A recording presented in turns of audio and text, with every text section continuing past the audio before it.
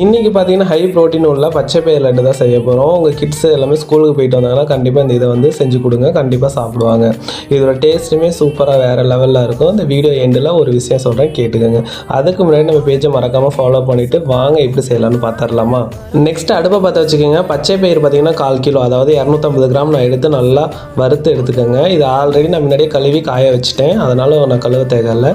அதனால் நல்லா இந்த மாதிரி வறுத்து இந்த மாதிரி ஸ்டேஜில் ஆற வச்சுருங்க. இது மிஷினில் கொடுத்து அரைச்சிங்கன்னா சூப்பராகவும் இருக்கும். நான் வந்து மிக்சியில் தான் அரைச்சிருக்கேன். அது ஆறுற ஸ்டேஜில் வந்து நம்ம வந்து சர்க்கரை தான் சேர்த்து நல்லா, இதுக்கு பதில் நீங்கள் நாட்டு சக்கரை கூட சேர்த்துக்கலாம், வெல்லம் கூட சேர்த்துக்கலாம், ஆப்ஷனல் தான். இது நல்லா பொடி பண்ணி எடுத்துக்கோங்க. பச்சை பயிரை பார்த்தீங்கன்னா நான் வறுத்து அரைச்சி இந்த மாதிரி சளிச்சு எடுத்துக்கிட்டேன், நீங்களும் சளிச்சு எடுத்துக்கோங்க. அப்படின்னா தான் நைஸாக சூப்பராக இருக்கும். இது நல்லா இதுனதுக்கப்புறம் பார்த்தீங்கன்னா இது கூட நம்ம அரைச்சி வச்சிருக்கிற சர்க்கரை பவுடரை வந்து சேர்த்துக்கலாம். இது கொஞ்சமாக சேர்த்துட்டு நல்லா மிக்ஸ் பண்ணிக்கோங்க கையிலே. சூடான நெய்யை வந்து காய்ச்சி இதில் சேருங்க. அப்படின்னா தான் இதில் கொஞ்சம் பச்சை வாசனை போகும்.